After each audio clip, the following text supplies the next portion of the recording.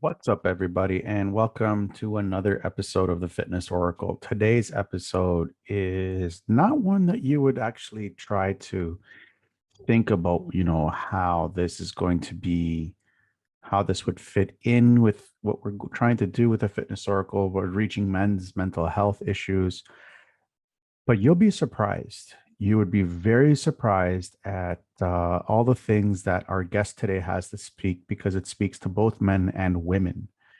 Um, Her niche is women. However, this topic goes through both. That's why I brought her on because it's such a unique outlook that hasn't really been looked at, especially when it comes to men's mental health. And we sat down with Tricia Nelson from Heal Your Hunger.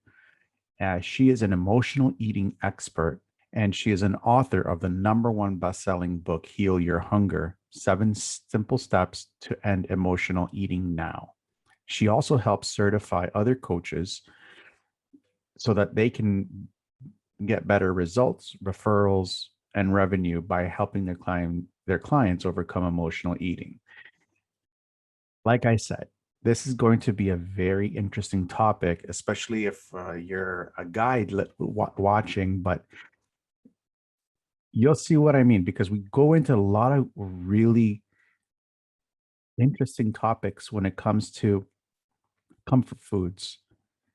What is comfort foods? And she goes into all this kind of stuff: physical versus emotional hunger. What is emotional eating?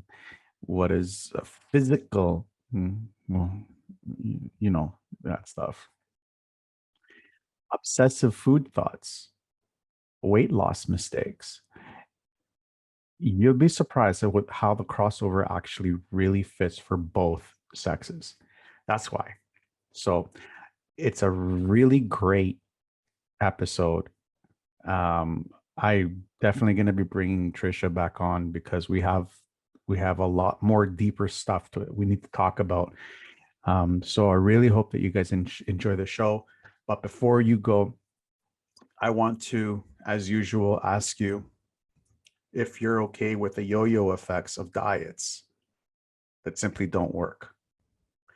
We have created here at Fitness Oracle and VO Fitness a foolproof 12-week system that will not only help you shed the weight that you've gained over COVID, but also give you a blueprint to help you move into a slimmer, sexier you. The best part about this program is that we focus extremely heavily on the mindset aspect of your transformation, that you're going to what so that you can love the body that you're about to get. So what do you get? You get a 12-week workout guide, a proven nutritional guideline, a full master key system, which is fantastic, one-on-one support with me, a community of others that are there to support and cheer you on, and so much more. So don't wait any longer and stop making excuses. Take control of the one thing that you can control: you. So click the link in the show notes and let's have a talk. I hope you enjoy this episode. And please, as always, don't forget to subscribe to the channel if you enjoy what we're doing with the Fitness Oracle. Hit the bell to be notified when we release a new episode. If you know of a friend or a family member who is suffering from mental health issues or eating disorders in this case, please, please, please share this episode with them as it may help them gain a different aspect of something different to do. If you're listening to this on iTunes, Spotify, Stitcher, Google Play, please give us a 5-star review and leave us some kind notes, as it will help our rankings and help our message come more across to more people so that we can impact more lives. So with that, I really hope that you enjoy today's show. It's a short and sweet one, but it's a powerful one. Um, Until the next one, I'll see you guys, and you guys be great. Put somebody under enough stress with enough kind of change in their schedule and inability to exercise, and all of a sudden people are, depending on food more than they were, especially for reasons beyond nourishment. So yeah, well, I mean, as an emotional eater, I used food to cover up feelings. Like that's really what emotional eating is. It's like stuffing down uncomfortable emotions, by munching, by snacking, by just unconsciously eating or eating too much. And, so many people do it. And for some people, it really does wreck their health because they're eating too much. They're carrying excess weight, they're obese.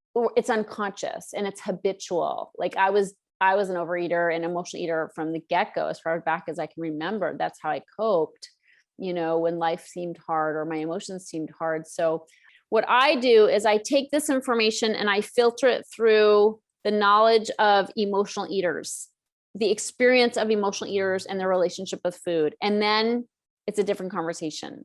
So conventional wisdom is what it is. Okay. Take it for what it's worth, read the science, make your own decision.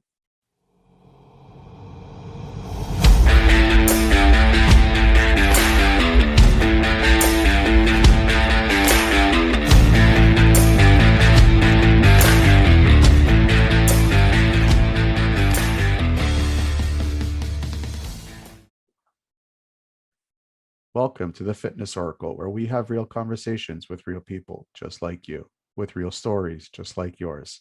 And this is one of their stories. I am your host, John Katsavos. My guest today is Tricia Nelson from Heal Your Hunger.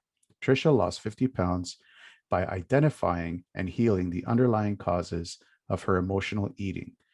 She has spent over 30 years researching the hidden causes of the addictive personality. She is an emotional eating expert and author of the #1 best-selling book, Heal Your Hunger, 7 Simple Steps to End Emotional Eating Now.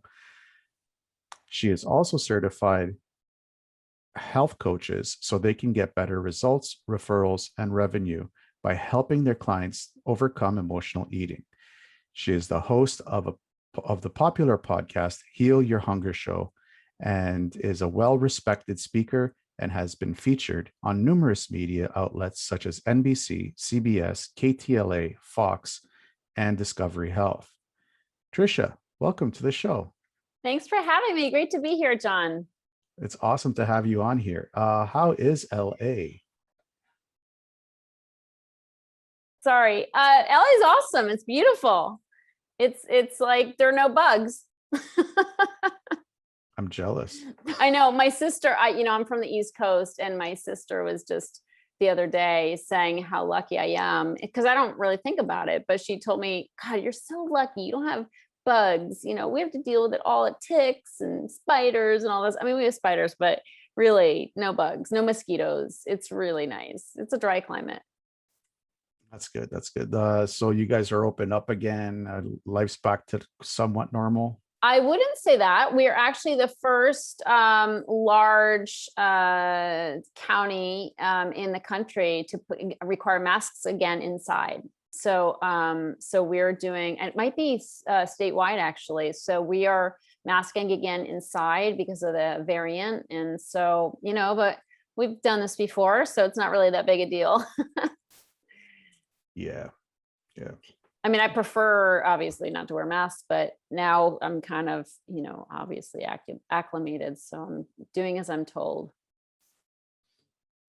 Okay, we're not going with that with this podcast. Trust me, that's all right. I have my opinions for sure, which might mirror yours, but I'm just, I have a feeling they do mirror mine. You have a podcast, and how is that coming along?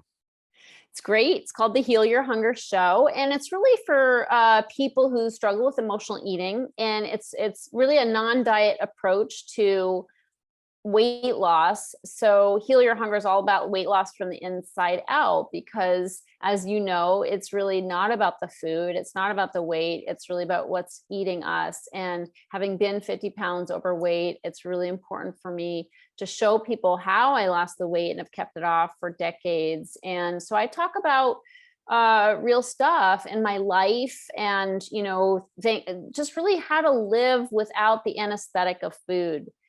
So many people are turning to food, especially in the pandemic. People started really just gravitating towards food to soothe themselves. I had friends who never considered themselves emotional eaters, all of a sudden calling me up and they're like, Tricia, I can't stop eating, and it's so funny because, put somebody under enough stress with enough kind of change in their schedule and inability to exercise. And all of a sudden people are, depending on food more than they were, especially for reasons beyond nourishment. So that's what I talk about on my show. I have many health experts on there, but I also talk a lot about just the underlying causes, the emotions, how to handle life, how to deal with relationships, how to really just navigate the stress of life without using food to cope. That's awesome. That is so awesome. I actually have been listening to your podcast, and it's the last one. So the second last one, you were talking about feelings and eating. Right. Now we're gonna dig deeper into Great. the physical versus the emotional hunger. But I want you to talk a little bit more about what you meant by like the feelings and eating, because this is like so true. Yeah, well, I mean, as an emotional eater, I used food to cover up feelings. Like that's really what emotional eating is. It's like stuffing down uncomfortable emotions, by munching, by snacking, by just unconsciously eating or eating too much. And, so many people do it. And for some people, it really does wreck their health because they're eating too much. They're carrying excess weight, they're obese oftentimes, and it's causing all kinds of health issues. But it really, we have such a diet mentality in our culture where people think, oh, let's go on a diet, let's like get the right food plan, let's get the right exercise plan, but they're not looking at, the living plan. And the living plan has to be about coping with life and stress, in a healthier way. And that's really why we turn to food, is because that just becomes our fallback. Like, oh, you're bored, eat. Oh, you've had a hard week, eat or drink or smoke. We use other things as well. But food is just so handy. It's socially acceptable. Everybody's pushing it, workplace, hospital, especially like the unhealthiest place there is because people are always bringing candy and cookies and leftovers and casseroles to work. And so it's just really, plus people are overworked and underpaid, and so it just, the stress of it leads to that eating, that just unconscious snacking and eating. And then there's people like me who are binge eaters who go overboard, and so that was kind of my deal. Is I love to get like ice cream and cookies and brownies and chips. You have to have salty with the sweet, and so, and sit in front of the TV and have a lovely little munch out session that just doesn't end, and then you end up feeling sick and stuffed and mad at yourself, embarrassed, bloated and all that. So it's just really important to start realizing that there's a major connection between our feelings and our eating. It's unconscious and it's habitual. Like I was an overeater and emotional eater from the get-go, as far back as I can remember. That's how I coped, when life seemed hard or my emotions seemed hard. So, the fact that you're having me on here, I super appreciate, because once people hear the information, you can't unhear it, and so the connections are made, and then you really start waking up and you're like, wow, like I didn't realize this was me, but look at me go. Look at me go. This is not, I do not need this food for nutritional reasons. I do not need this for sustenance. This is like entertainment for me. This is companionship for me. This is comfort. You said the word companionship. Now, I come from a Greek descent, and food for us is a very social affair. Yes. And I have a story that back in 2008 when I went to my friend's town in Greece, and I'm the type of eater that whatever's in my plate, I'm gonna eat it, and that's it, no more. But his uncle decided when he saw me, he's like, "Why aren't you eating?" I'm like, "Oh, I'm full." So he loads up my plate and he goes, "You are gonna eat everything on this table first, and then you're gonna finish your plate." Oh my So God. it's just a part of our culture that you eat, you feel good because you have this amazing amount of people around you, you're having a good time. Does that fall under what you call comfort foods?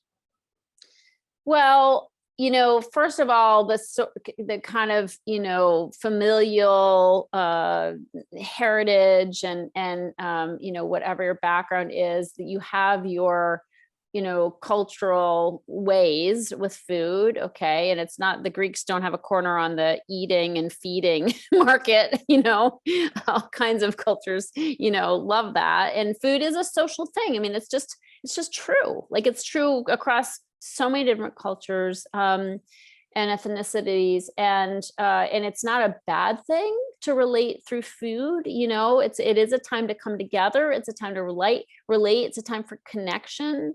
So that's not a bad thing. But yeah, those pushy uncles and aunts that like want you to eat their food because that's love to them, that's their validation, that is tricky. And my clients come across that. And so much of what's required, in order to eat healthier is to have healthy boundaries as well, where you can say no to your aunt and uncle and say, thank you, it looks amazing and you're amazing, and I'm good. Like, I'm full. And that's kind of the end of the story. And so that takes some inner grit, right? And emotional eaters typically are people pleasers. So they want to like please people and not have anybody be mad at them. And so much of what I teach is, hey, it's your body, your life. Start speaking up for yourself, and don't be a pushover. And not usually around food am I teaching this, but it applies with food as well, and I'm at the point now that if, Jesus wanted me to eat ice cream and cake, I'd say, Jesus, I love you, but no, thank you. So it's just like, it's really learning to do what I need to do, what's best for my body, like learning to listen to my body and to follow that. And that's so much of what food, and overcoming emotional eating gives us, is an opportunity to grow through some life stuff, like personal boundaries, and self-care and self-love, self-respect. And those are lessons that we can take into every area of our lives, but we don't always get there until we're facing the crisis with food and weight, and trying to, and, when we know diets aren't going to do it, because 98% of all diets fail, then we have to start looking at our living problem as it relates to our eating problem, because that's really more of what's really going on, is we need some new life skills. Um, yes, we do. I totally agree with you. Yes, we do. We need to really hone down on the life skills. But Yeah. sticking with the comfort foods, why are comfort foods so comforting? Um, it's a great question. And emotional eaters tend towards carbs and sugar. I mean, my three favorite food groups were sugar, fat, and carbs. So, and if you get them all in one item, like a donut or a pastry, all the better. So, and I think it's partly because oftentimes emotional eaters have a serotonin deficit. Okay. So we tend towards being a little depressive, and the serotonin hit kind of boosts us up, makes us feel better in the moment. But also, those foods are heavier and more calorie dense, and they put a blanket on our emotions, and that was true for me for sure. So, oftentimes we know what carbs are doing to us. Like, when we eat sugar and carbs, we gain weight, we get belly fat, muffin top, whatever, and metabolic syndrome, if it's more technical medical term for it. But we know what food does to us, but we often don't think about what food does for us. So the carbs, for instance, I mean, I refer to it as the PEP test. So in order to kind of clue into this, I say take the PEP test. So the PEP is an acronym, PEP. The first P stands for painkiller. So food, carbs and denser foods, carbs, sugar, and fat, they kill our pain.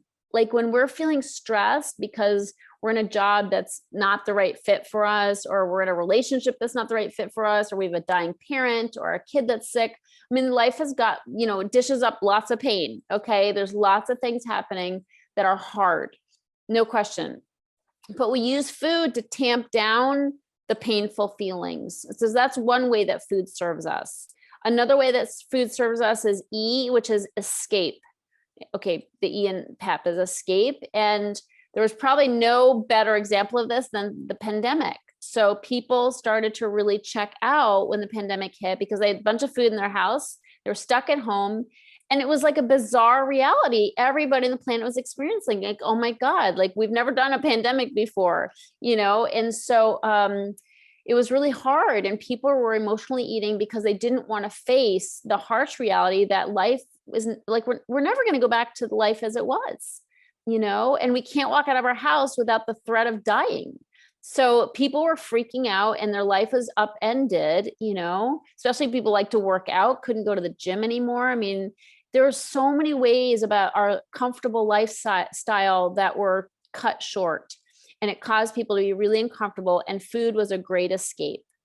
Okay. The third letter and the last P in PEP is punishment. So we use food as a form of punishment. We don't think of this. It's not intuitive, okay? Because we think of food as a reward. Like, hey, I'm going to get all my goodies. I'm going to sit in front of the TV. I deserve this reward. And so we don't think of it as a form of punishment. But if somebody's like me and they overdo it and then they end up feeling sick, and they are mad at themselves and they don't feel like working out because they feel like really sick and groggy and bloated. Well, it's like, why did I do that to myself? Like, why would I cause myself so much pain, like to the point where I feel sick? And that's because of unconscious guilt. In my experience, John, is that overeaters are overfeelers, and we feel guilty about everything. And so it's really important to realize that, food does, we do use it to punish ourselves. And so this is something that we have to clue into also. So to recap, the PEP test is, when you think you are hungry for chocolate, when you think you just need something else and you go to the refrigerator 8 times to see what's there, ask yourself, what's really going on? Like, what am I needing? What am I hungry for in truth? And you might be needing, to kill some pain. You might be needing to escape an uncomfortable truth or a situation in your life, or you might be feeling bad about something and you just want it to go away, and punish yourself, beat yourself up a little bit because you feel like you messed something up. And so these are some ways that food serves us, and we have to see that. So, and we have to face that pain and those fearful thoughts and the guilt feelings so that we can, make new choices and not be compelled to eat. So that's just an example of emotional eating and some of the deeper emotions. There's more to it than that, but I think that's kind of a nice place to start, is people asking themselves, what's painful? What am I trying to escape, or what am I worrying about that I don't want to deal with? And what am I feeling bad about? So these are your 3 hidden causes for emotional eating. Yeah. Pain, fear, and guilt. It's interesting because those are the 3 things that I actually had to confront when I was in my martial arts. It was the pain, the fear, and the guilt. So, and for me, it was eating, but it was like it was eating the wrong foods. Then I personally know this, but I would like you to verbalize this. Do you feel that what you eat has a direct effect on how you're going to perceive yourself?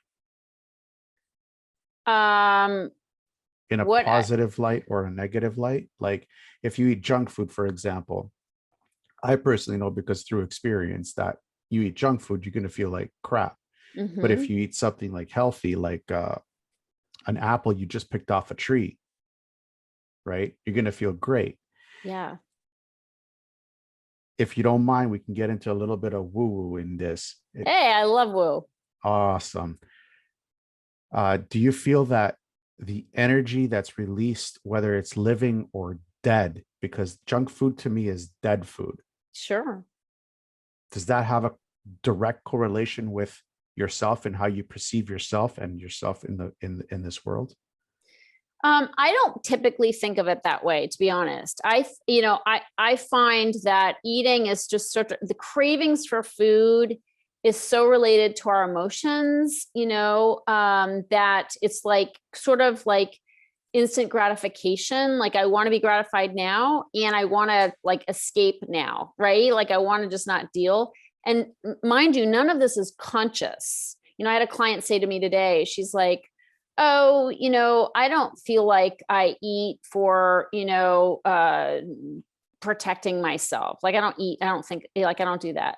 And like fat, because fat is often a protection, an emotional protection from other people. If we have sexual abuse in our past, or if we feel like, we've been hurt in the past, it sort of makes us feel stronger, bigger, whatever. She's like, I don't do that. And I said, well, you might not be aware of it, but this is not a conscious thing. This is totally subconscious that we would eat for a sense of strength and protection, And so what you're talking about to me might be a little more subconscious, where certainly self-sabotage can be part of this. Like I know for myself, and this is part of my binging behavior, when I felt bad, I just wanted to kick myself, like kick myself when I'm down, so eating crappy foods was sort of like, I wasn't feeling good. And so it's sort of like add insult to injury, like just sort of, I know I'm mixing my metaphors here, but it's like, you just want to feel like it's progressive. Like when you feel crappy, you don't care what you put in your body. You don't care if you put crap in your body,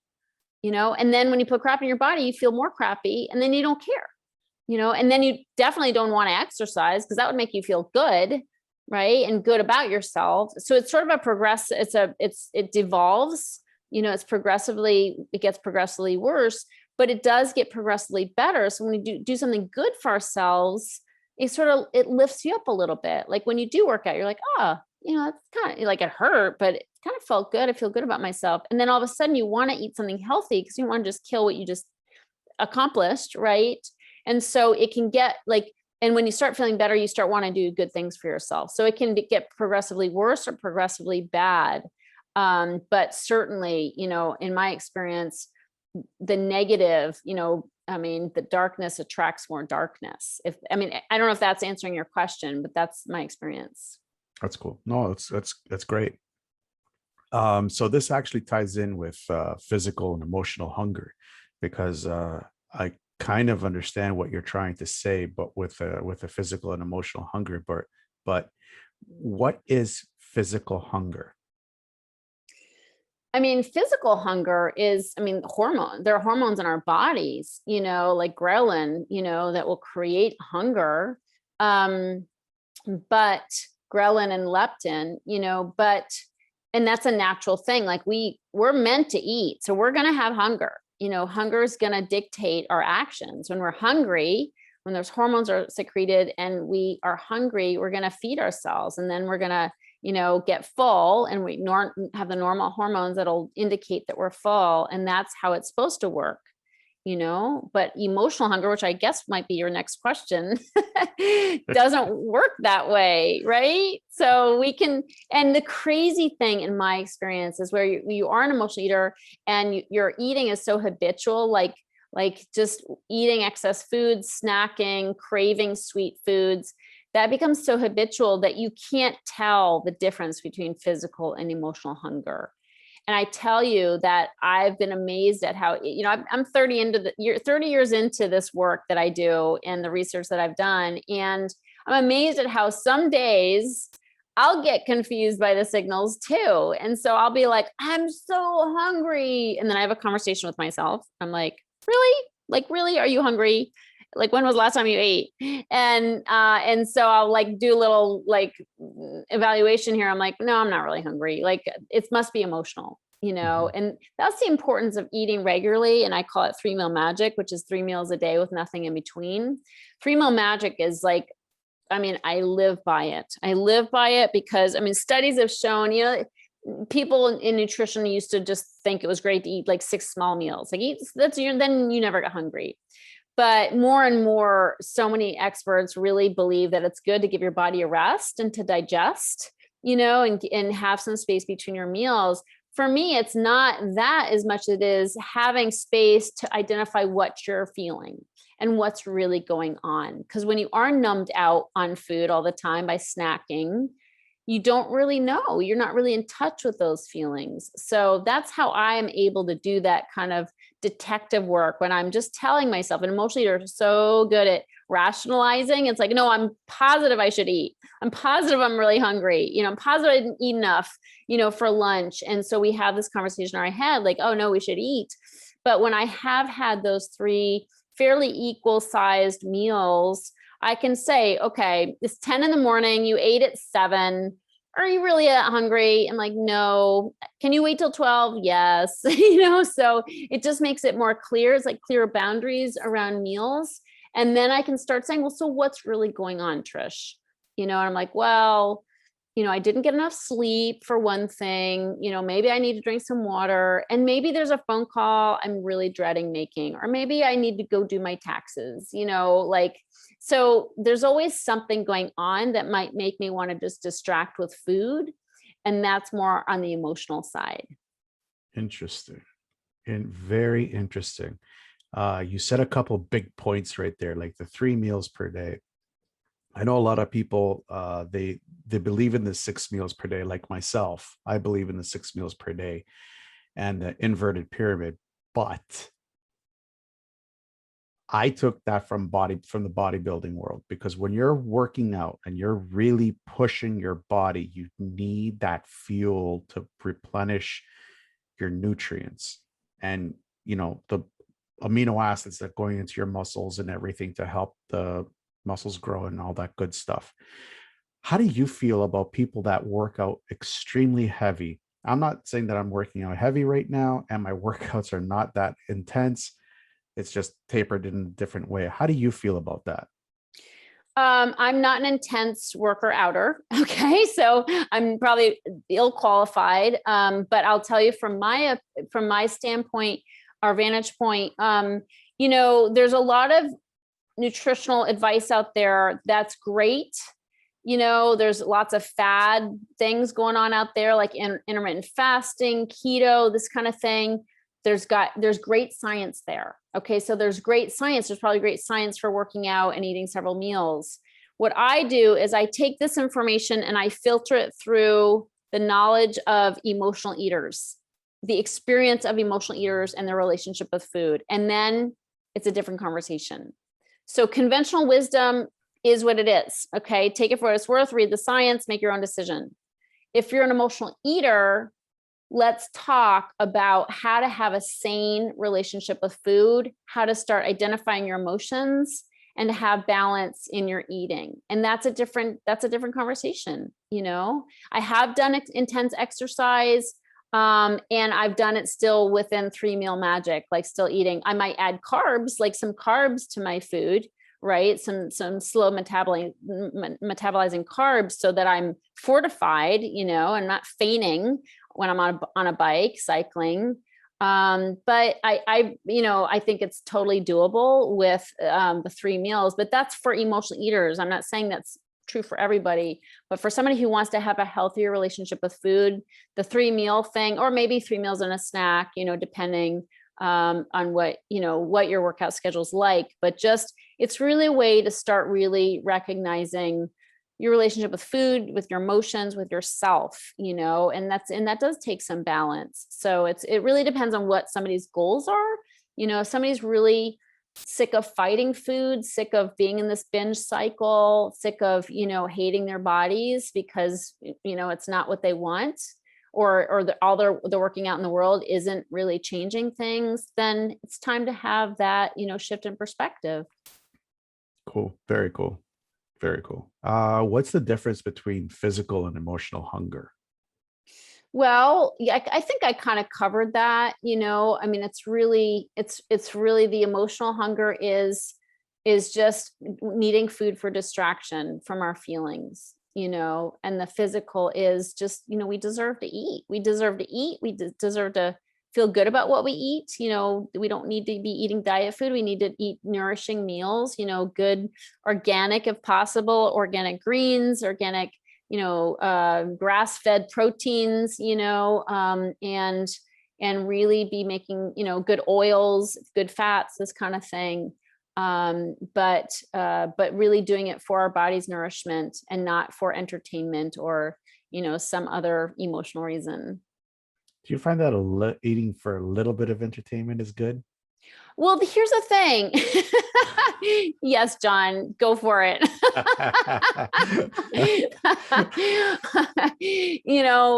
Knock yourself out. But here's the thing. We really should enjoy our food. We really should enjoy our food. And so I'm not here to say you should enjoy your food. I love a good sauce. I was just with my family and we ate chicken and salad and that kind of thing. My family's really healthy and it was kind of boring. And when I cook with my boyfriend, we make these awesome like coconut, sauces and stir fries. And like, it's really yummy. And like, sauteed kale with garlic and olive oil. So I prefer yummy food that I enjoy and that's kind of fun. So absolutely, I just don't, when I'm bored, I don't start munching out, because I'm bored, because that just leads to trouble. Right. That could also lead to obsessive food thoughts as well, right? Yeah, totally. I mean, it's using food really for all these other reasons that aren't for nourishment. They do lead to overeating, and and if you eat sugar is certainly addictive. I was a total sugar addict. So if I ate sugar, I craved more sugar. So there's a physical aspect to that obsession as well. If you are addicted to sugar, and carbs do metabolize as sugar in our bodies, so we have to be careful about fast metabolizing carbs, then we're going to start feeling obsessed and hooked, and that's going to just interrupt our peace. We're going to end up thinking about food all day long, which I did. And it just sucks because you can't be present with people in your life when you're obsessed with food. You can't feel present. You can't feel like you're really contributing when all you want to do is just eat. Yeah. The sugar thing. I want to touch up on the sugar thing because it's such a huge topic and it's such a destructive force. And you said that you actually just had I don't know if you're still doing the quit sugar challenge. Yeah. I just finished one, but people can go to the website and sign up and get notified when I have another one. Cool. I'll post the links for everybody so they can have easy access. But my question is, how does somebody quit sugar when it's like so inundated with our food? Oh, well, that's what I teach in my quit sugar challenge. So that's the deal, is it's so hard. I'm not trying to be hooky. It's hard because there is sugar in so many things, so many things. And so people, what helped me is I had to start learning the different names for sugar. I had to learn kind of how to read labels and realize, it's very sad. And I don't know if in Canada it's any better, but the foods here in the US are laden with sugar because people buy them. It keeps people coming back for more when they lace everything with sugar. Stupid things like tomato sauce. Tomatoes are totally sweet, cooked tomatoes especially. Salad dressings, with corn syrup in them. So many things that should not have sugar in them. Applesauce. Apples are sweet. Why would you put sugar or corn syrup in it? So, we are an addicted, Americans are addicted to sugar 100% because it's just the food industry knows that if they get us hooked on sugar, we'll keep buying. It's no better here in Canada. Okay. I figured we're awfully close. Yeah. And a lot of things. Yeah. How do you help people get over these obsessive thoughts of, cravings emotional eating and all that stuff? Yeah. So what I do, John, is I have a program, that a 90-day program that walks people through this inner journey of addressing their relationship with food. And I don't teach nutrition because most people aren't stupid, and they have taken so many nutrition. If they struggle with food and weight, they're pretty knowledgeable about what to eat and what not to eat, but they just can't follow through on their knowledge. Like they know that salads are probably better than pizza, but they can't stop eating pizza or craving pizza. And so, my experience is that you have to go deeper. Like, it's really not about the food. And so we have to start, again, asking, what are we really hungry for, but also cutting down on the stress. And remember, I talked early on about how it's really more of a living problem than an eating problem. So I really help people address that living problem. And so I teach people self-care skills. I call them the 6 self-care success secrets that help them start lessening their stress, starting their day, getting centered, getting still and quiet with meditation, prayer, things that will help you get grounded. And also what I like to refer to as putting money in your spiritual bank account, so that you have something to draw on later in the day when the stress of life piles up.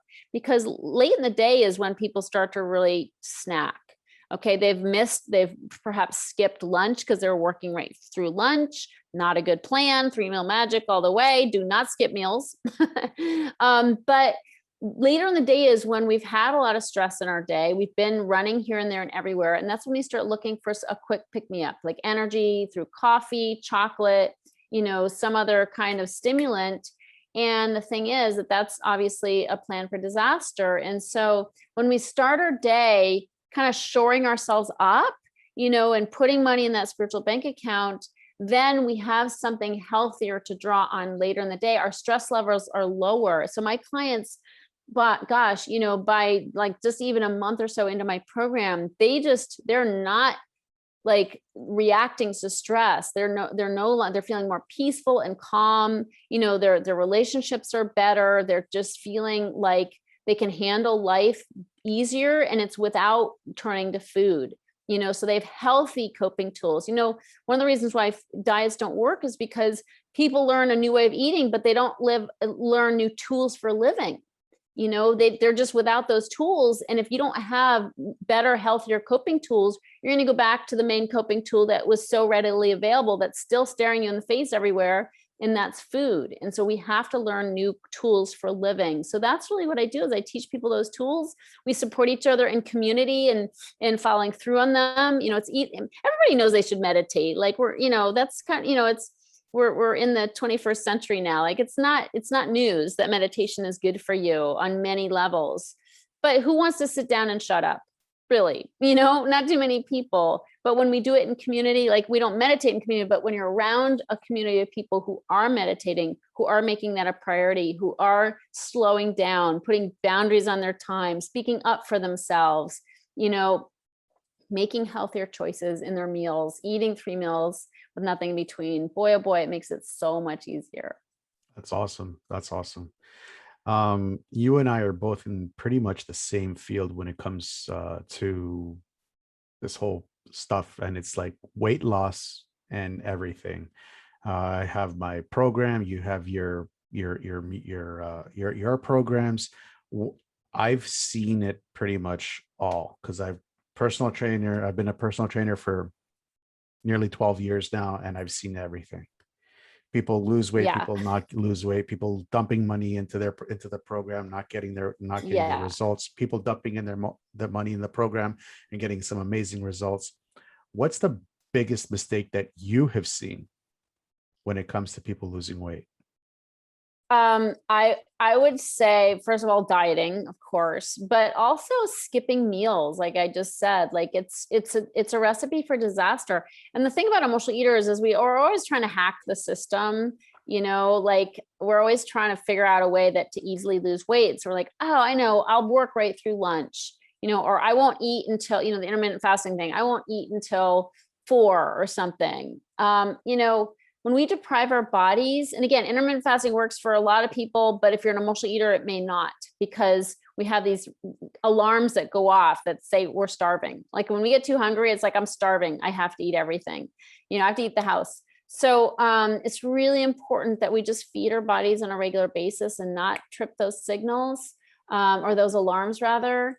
And I just think it's really, really important, that we start caring for our bodies as we would care for a small child, like our sweet little girl, right? So the sweet little girl or boy, we wouldn't say, hey, you're gonna, we're gonna starve you for 18 hours because you're gonna lose some weight, you're gonna slim down. Like we wouldn't do that to a kid. It's just, we just wouldn't do it. So we need to start thinking of ourselves, like, would I treat my sweet kid, my sweet little cherub, in this way? Would I talk to my sweet cherub in this way? Like, oh, getting a little pudgy, feeling those love handles, like we just wouldn't do it, And so we have to think more in terms of that. Like, how can we be sweeter to ourselves, more kind and loving to ourselves? And is this a plan I would prescribe for my kid? I'm laughing because you haven't obviously met my mother. Oh yeah. She'll just look at me. She's like, you gain weight. Oh, love it. What Oh are my those God. cheeks? Oh, geez. Hard love. Sorry. No, it's all good. It's all good. It's all good. You said something about intermittent fasting. You keep numbing it down. I love intermittent fasting. The problem that I have with intermittent fasting is that people don't keep it intermittent. They make it Okay. a part of their Way of lifestyle. life. Yeah. Yeah. I get you. Yeah. That's hard. I mean, yes, again, the science, if you have health issues, that IF can help, it's great. It can really help you to help produce more stem cells in your body. I mean, there's so many things it can do. So it's amazing. But what my problem with it is a lot of people use it as a diet hack, and that's really not what it's meant for. And it seems to me that's kind of where you're going with it too. Yeah. It's more of this is how we used to live in roaming the plains. There Yeah. were times where we never ate, Yeah. but there was times where we did eat. Right. Yeah. So we're going to be wrapping up the show in just a little bit. And these Okay. are the 7 or 8 questions that I ask all my guests. And I would love to get your input on these 7 or 8 topics. With the increase in people suffering from depression from the lockdowns, unlocking, locking down again, and all this uncertainty, what would be the one thing that you could help them to keep their hopes up? Oh my gosh. I would say connection with people you love, just connection and community. It's so soul filling. Like the isolation of the pandemic has really hurt us. It's really hurt us in a lot of ways. I'm super grateful for Zoom. I'm super grateful that the internet has saved us, and allowed us to connect. But we really have to be consistent and conscious about really reaching out to friends, picking up the phone, calling people, really making an effort at connecting, because that heart-to-heart connection can really heal us at a deep level. And so it's just for anybody who's suffering. Depression is awful. I've had it. Just picking up the phone and reaching out and not being alone with it. Even if it's just to say, hey, I'm having a hard time. Like, it's a hard thing to do because we have pride, and we don't want people to know, but it's such a common experience. So just really laying it out there and let people help. People want to help, but we cannot do it alone. That's amazing. Thank you for that. That was really, really spot on. What is the one thing that you do daily that amplifies your ability to stay focused? I'd say it's meditation, hands down. I've been a meditator for 30 plus years, and I can't live without it. It just, I tend toward the ADD side of things. I have a pretty jumpy brain. and emotional eaters are that way. I always say overeaters are overthinkers. Like, we overthink everything. But taking a time out and doing a little meditation it's helped me so much to stay centered. I can't say I'm very good at focusing, but I would be so much worse if I didn't have a meditation practice. That's awesome. I actually just started this year. Good for you. Touch and go. Yeah. Keep at it. Keep at it. If you could pick up the phone right now and call yourself at 20 years old, what would you tell yourself? Oh, great question. I would just, oh my God, I would tell myself that I'm beautiful inside and out. I did not believe it, and that hence my struggles. But yeah, I'd want me to know that 100% all the way. Awesome. Very good. Looking back, would you change anything?